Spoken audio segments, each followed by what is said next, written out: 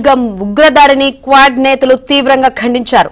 అమెరికాలో జరిగిన క్వాడ్ విదేశాంగ శాఖ మంత్రుల సమావేశంలో నేరస్తులకు శిక్ష పడాల్సిందేనని క్వాడ్ విదేశాంగ శాఖ మంత్రులు తీర్మానించారు.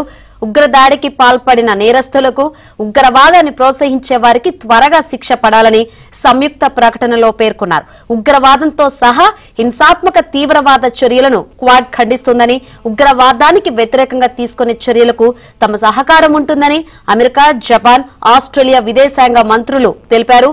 ఏప్రిల్ 22న పహల్గామ్లో జరిగిన ఉగ్రదాడిని తీవ్రంగా ఖండిస్తున్నామని, ఉగ్రదాడి వెనుక ఉన్న వారిని అంతర్జాతీయ చట్టం ముందు నిలబెట్టాలన్నారు.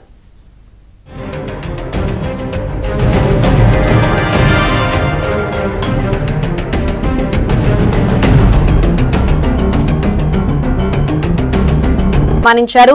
ఉగ్రదాడికి పాల్పడిన నేరస్తులకు, ఉగ్రవాదాన్ని ప్రోత్సహించే వారికి త్వరగా శిక్ష పడాలని సంయుక్త ప్రకటనలో పేర్కొన్నారు.